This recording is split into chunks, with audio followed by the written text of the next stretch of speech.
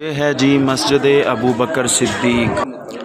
ہجرت والی رات حضور علیہ الصلاۃ والسلام یہاں تشریف لے کر آئے۔ اس جگہ پر حضرت ابو بکر صدیق رضی اللہ تعالیٰ عنہ آپ کا گھر مبارک تھا۔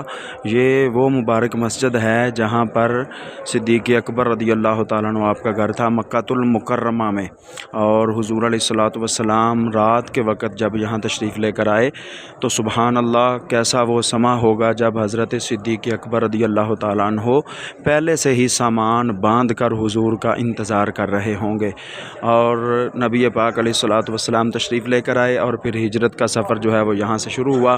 اس وقت تو یہ پہاڑ تھا اور پہاڑ کے اوپر ایک چھوٹا سا گھر تھا، حضرت صدیق اکبر تھا۔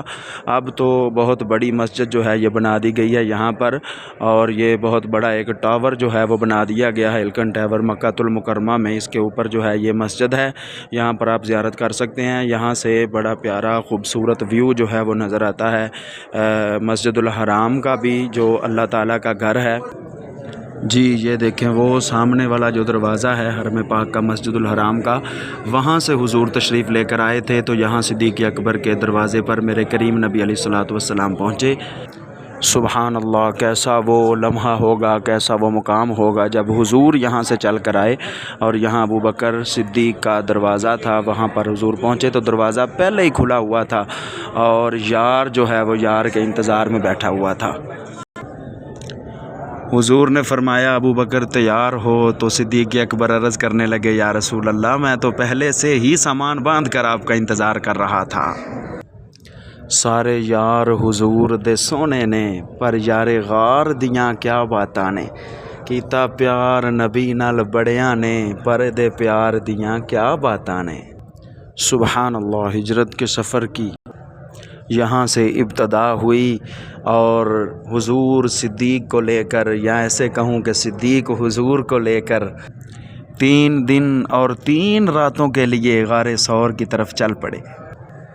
یہ وہ خوبصورت مسجد ہے، وہ خوبصورت گھر تھا جہاں پر حضور تشریف لے کر آئے۔ یہ دیکھیں نا، یہ سبز کلر کا قالین جو ہے یہ بچھا ہوا ہے گرین کلر کا۔